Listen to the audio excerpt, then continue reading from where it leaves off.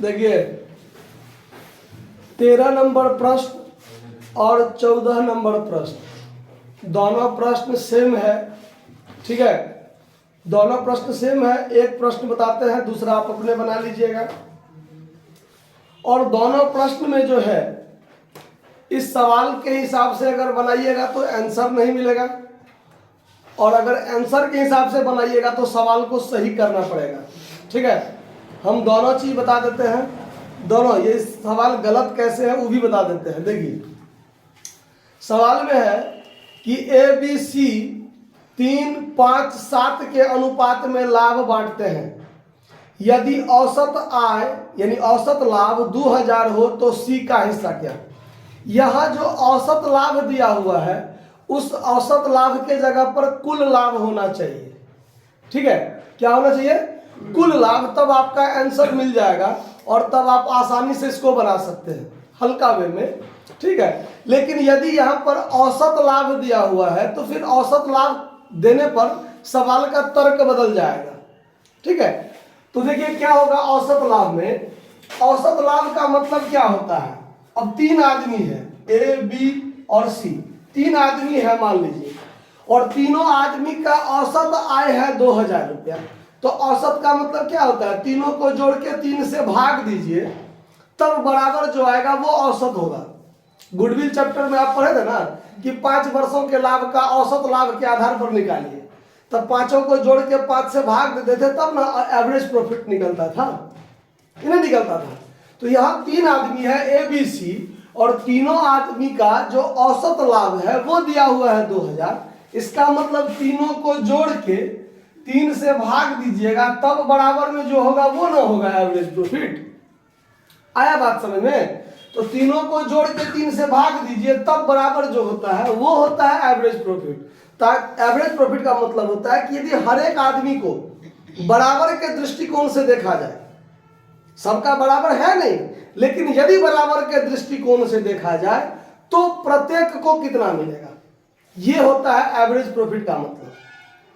आया बात समझ में? अगर तीनों का कुल लाभ दिया रहा था तब तो यहाँ बट्टा में 3 देने की जरूरत नहीं, तीनों को जोड़ के बराबर क्या कर दीजिए, 2000 कर दीजिए। लेकिन अगर एवरेज प्रॉफिट दिया है तो तीनों को जोड़ के 3 से क्या कीजिए, भाग दीजिए, तब आपका जो मिलेगा वो एवरेज प्रॉफिट होगा। तो सवाल के हिसाब से ऐसे बनाना है। आया बस, जैसे सवाल दिया हुआ है उसके हिसाब से आपको ऐसे बनाना है। ठीक है, लेकिन यदि कुल लाभ 2000 मान लें, तब यहाँ पर बट्टा में क्या देना है, 3 नहीं देना है, सीधे A का लाभ, B का लाभ, C का लाभ, तीनों को जोड़ दीजिए, बराबर में क्या कर दीजिए, 2000 कर दीजिए। तो ऐसे कीजिएगा तो आंसर मिलेगा। लेकिन आंसर तो सवाल के हिसाब से आंसर बनाना है, और सवाल में और ऐसे सवाल तो आप पहले भी बना चुके हैं। तीनों का कुल लाभ इतना दिया हुआ है, शुरुआत से ही बनाया है। तो एवरेज प्रॉफिट के आधार पर सवाल को सही करते हुए, आंसर को सही करते हुए बता देते हैं। देखिए यहां पर अनुपात दिया हुआ है ना तीनों का, ABC का लाभ का अनुपात क्या है, 3, 5, 7। तो माना कि ABC का लाभ क्रमशः 3x, 5x और 7x है, 3, 5, 7 के अनुपात में है। लेकिन उसका वास्तव में जो उसका वैल्यू होगा उसके लिए हमने एक यूनिट मान लिया x, और उसका लाभ जो होगा वो 3x, 5x और 7x हो गया ना। अब तीनों का एवरेज प्रॉफिट 2000 है। अब देखिए अकॉर्डिंग टू क्वेश्चन तीनों का एवरेज, तो तीनों का एवरेज मतलब 3x plus 5x plus 7x बट्टा में क्या कीजिए 3, तब बराबर में क्या कीजिए 2000। ये ना हुआ एवरेज।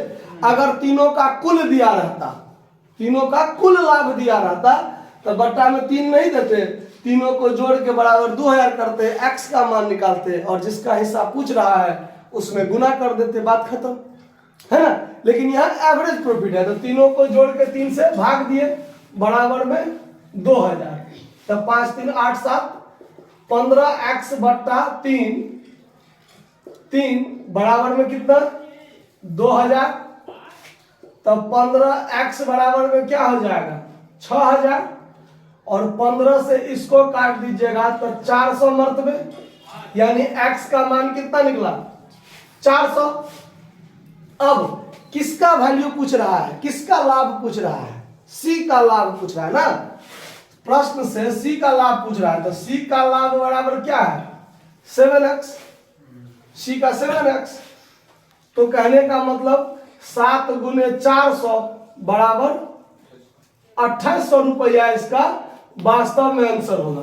ठीक है, लेकिन आंसर में कितना है 933 रुपया 33 पैसा। अब ये आंसर कैसे मिलेगा सो दिखा देते हैं।